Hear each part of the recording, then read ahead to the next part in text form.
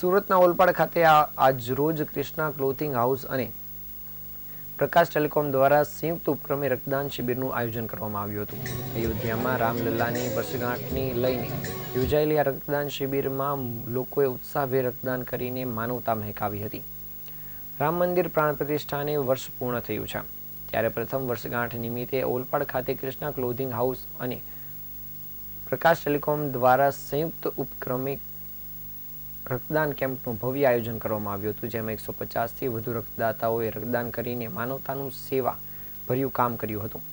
આ પ્રસંગે સુરતના એડવોકેટ અને સામાજિક કાર્યકર આશિષભાઈ સેલર પણ ખાસ ઉપસ્થિત રહ્યા હતા। કાર્યક્રમમાં આયોજકો અનુભાઈ પ્રકાશભાઈ લાલવાણી અને સુનિલભાઈ લાલવાણી દ્વારા રક્તદાતાઓને શુભેચ્છા પાઠવી આભાર માનવામાં આવ્યો હતો।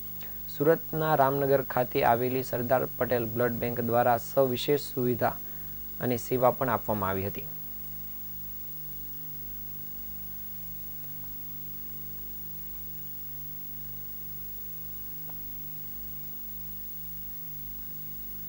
હું Anand Rewachandani, founder of Krishna clothing house Olpad Surat. આપનું કાર્યક્રમ એવું છે કે ઈશ્વરે મને આ સેવા કરવાનો મોકો આપ્યો, એ હું ઈશ્વરનો ખૂબ ખૂબ આભારી છું। અને મારું 100+ બોટલનું ટાર્ગેટ છે।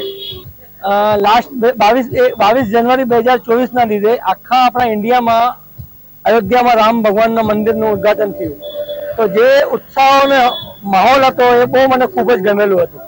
અને એ ને ધ્યાનમાં રાખીને આજનો દિવસ જ મેં સિલેક્ટ કર્યો છે અને આજના દિવસે જ મેં આ કેમ્પ આયોજન કર્યું છે।